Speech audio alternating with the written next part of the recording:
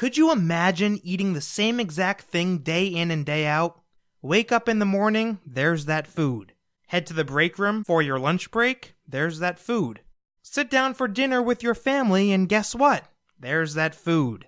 You have to imagine that would get pretty old pretty quick. Worse still, most experts agree that eating the same thing every day puts yourself at risk for a nutrient deficiency. According to Christine Palumbo, RDN, a Chicago-based dietitian, not having a diverse diet can lead to pale skin, nails and hair getting brittle, and an overall lack of energy. Yet under the leadership of Reed Tobson, this is the reality that the people of Edgewater are forced to live with. The entire town has one source of food and one source of food only: canned Saltuna. In fact, if you take a stroll through the dirty, disease-ridden streets of Edgewater, it's not all that uncommon to hear people talking about their Saltuna rations. Some even complain about it, but who can blame them? They eat the same exact thing every single day. I couldn't even imagine. But what really are the people of Edgewater eating? Is it purely Saltuna in those cans? Or is it mixed with other ingredients, edible or otherwise? Is the Saltuna fresh, or isn't it? Are the people getting their money's worth, or are they being ripped off and lied to? Let's see if we can answer these questions by looking at the evidence the game provides us with. We learn from an exhibit inside the Emerald Vale Community Center that Saltuna are semelparous, which means they perish after a single reproductive episode. We also learn that Saltuna aren't caught alive. They're caught when they're already dead, and then subsequently cleaned, processed, and delivered. I realize that Saltuna may be anatomically different than the fish we have here on Earth, but as a general rule, you're not supposed to eat fish that you find dead, because bacteria can develop inside the corpse that can lead to foodborne disease, or worse if consumed. So that's already one mark against the Saltuna cannery. We know for a fact that the people aren't eating fresh fish. But it's not only fish that they pack their cans with. During the quest, Comes Now the Power, we learn in a conversation with Reed Tobson that the cannery has been forced to improvise due to a shortage of Saltuna. Processed, liquefied, retextured Saltuna rendered in a chemical bath, of course. Well, mostly Saltuna. We've been experiencing a Saltuna shortage, you see. So we've had to improvise. We've added wood chips, some mushrooms, a bit of sand. Tossed some canid bits in our processor once. It all tastes like Saltuna in the end.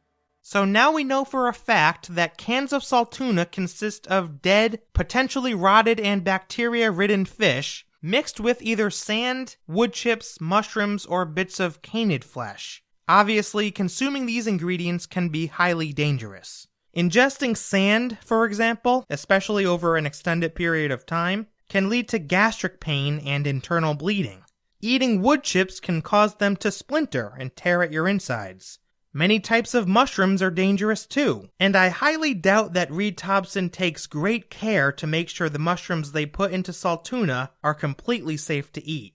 As for the canid bits, I actually don't know if canid meat is safe for consumption. It very well could be, seeing that canids are essentially the dogs of the Outer World universe, and as sad as it is, there are many cultures that do eat dog. Personally, I find it cruel and horrific, but dog is safe to eat. So does that mean the counterpart to dogs that exist in the Outer Worlds universe are safe to eat too? Maybe so, or maybe that's too large of an assumption. There's really no way to tell, and as far as I know, the game doesn't provide us with any lore regarding the consumption of canids. In addition to canids, there's also some evidence that sprats, which I believe are supposed to be the Outer Worlds equivalent to rats, are grinded up and thrown in with the Saltuna. Inside the cannery, we find a pile of sprats next to a giant machine that looks awfully similar to a wood chipper. It's also covered in blood, so I think it's safe to say that this machine was grinding up the sprats to be added into the cans of Saltuna. Like the canids, I'm not sure if sprats are safe to eat, but if they're the equivalent of rats here on Earth, then I don't know.